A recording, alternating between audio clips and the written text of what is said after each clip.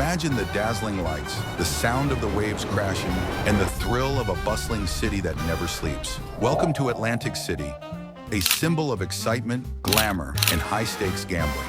A place where fortunes were made and dreams realized. This city, once the shining jewel of the East Coast, attracted high rollers, celebrities, and gamblers from all corners of the world.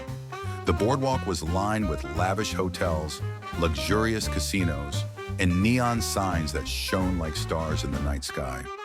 It wasn't just a city, it was the ultimate playground for anyone chasing that elusive taste of luxury.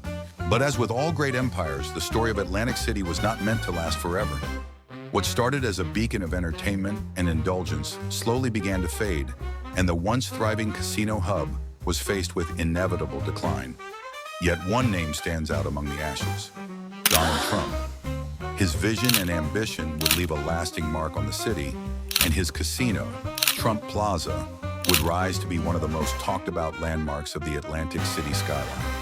However, as grand as it was, its demise would become just as iconic as its opening. So how did Trump's grand vision for a casino empire in Atlantic City unravel so dramatically? Trump Plaza, a bold vision. The year was 1984, and Atlantic City was buzzing with excitement. The city was ready for a new king of luxury, someone who would change the landscape of the city forever. Enter Donald Trump. With his penchant for opulence, Trump set out to build what he envisioned as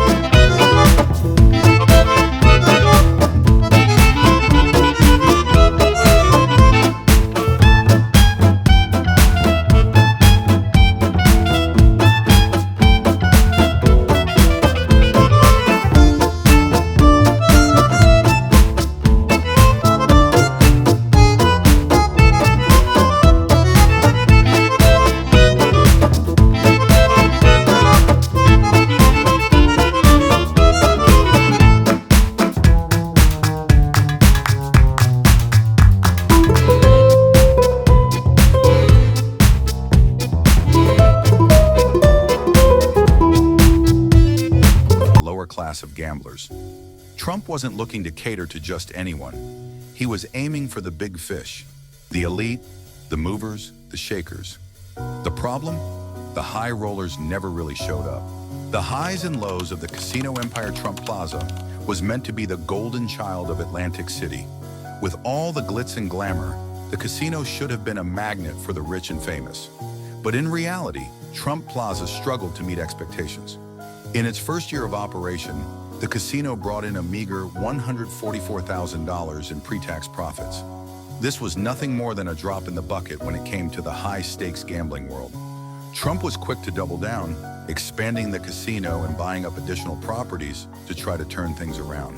In 1986, Trump purchased the unfinished Penthouse Boardwalk Hotel and Casino, turning it into the East Tower of Trump Plaza. He also snatched up the nearby Atlantis Casino Hotel, rebranding it as the Trump Regency. Trump's ambition seemed boundless, and he was determined to make his empire as vast as possible. The plaza even hosted legendary events like WrestleMania 4 and 5, as well as major boxing matches that drew in crowds of celebrities, sports icons, and spectators. But beneath the surface, trouble was brewing. The competition in Atlantic City was becoming fierce, with new casinos and hotels opening at an alarming rate. The opening of Trump's own Taj Mahal in the 1990s siphoned off customers from Trump Plaza, causing a massive financial crunch. It wasn't just the competition that was threatening Trump Plaza's future. Legal issues and scandals started to pile up as well. The beginning of the end. The early 90s marked the beginning of the end for Trump Plaza. Despite Trump's best efforts to expand his casino empire, the tides were turning against him. The opening of the Taj Mahal was a crushing blow to Trump Plaza's business, and the casino was hemorrhaging money. By 1991, Trump had to take out a $25 million mortgage just to keep the casino afloat. Despite restructuring his debts and negotiating new terms, the damage was already done. Legal battles only compounded the casino's woes. One of the most high-profile cases was with Vera Koking, a feisty elderly woman who refused to sell her home so that Trump could build a parking lot for his limousines. Trump tried to use eminent domain to force her to sell, but Koking fought back and won. The case became a symbol of corporate overreach, and Trump's image took a hit. By the late 1990s and early 2000s, Trump Plaza's fortunes continued to plummet. The casino was struggling to compete with newer, more glamorous establishments, and the economy of Atlantic City was in decline. Even a UFC event held at the Plaza in 2004 couldn't help turn things around. The Plaza, once the crown jewel of Atlantic City, was now struggling just to keep its lights on. The final years. By 2011, Trump Entertainment Resorts was seriously considering selling or renovating Trump Plaza, but no solution seemed viable. The casino's decline had become a slow-moving disaster, and the brand that Trump had worked so hard to build was no longer synonymous with luxury. In 2013, a proposal to sell the casino for a mere $20 million was put on the table, but it fell through. The Plaza's fate was sealed. In 2014, Trump Plaza finally closed its doors for good. 1,300 employees were left jobless, and the casino's decline marked another painful chapter in Atlantic City's fading golden age. Donald Trump, disgruntled by the damage to his brand, sued to have his name removed from the building, marking the ultimate separation between his empire and the crumbling casino. The demolition, end of an era. For years after its closure, Trump Plaza stood as a crumbling monument to the ambitious dreams of one man. The city had no choice but to address the eyesore that had become the abandoned casino. Originally scheduled for demolition in 2018, the process was delayed by funding disputes. But in 2020, the building was deemed a safety hazard, and the decision was made to finally bring it down. On February 17, 2021, the world watched as Trump Plaza was reduced to rubble in a spectacular implosion. The building that had once hosted the biggest names in entertainment and high-stakes gamblers was now a pile of dust.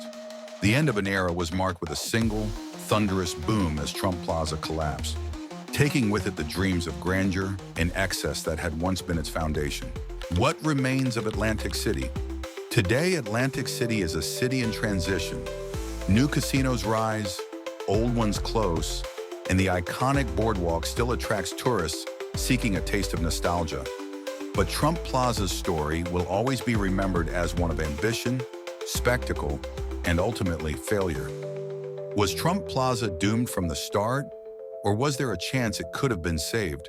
Could Trump have turned things around if the stars had aligned differently? Atlantic City continues to strive to reclaim its former glory, but one thing is clear: the story of Trump Plaza, from its rise to its dramatic fall, remains one of the most fascinating chapters in the city's rich gambling history. Let us know what you think in the comments below. Did Trump Plaza have what it took to survive, or was it destined to be just another casualty of the ever-changing tides of Atlantic City? And as you think back on Trump Plaza's life and death, remember this: even the grandest of dreams can fade away when built on the shaky ground of ambition, hubris, and competition. Atlantic City may still sparkle, but Trump Plaza's story will always stand as a cautionary tale of what happens when the high-stakes gamble doesn't pay off. So, what do you think? Was Trump Plaza doomed from the start, or could it have been saved? Drop your thoughts in the comments and let's talk about it. Thanks for watching. Don't forget to like, subscribe, and hit that bell for more deep dives into the past. See you next time.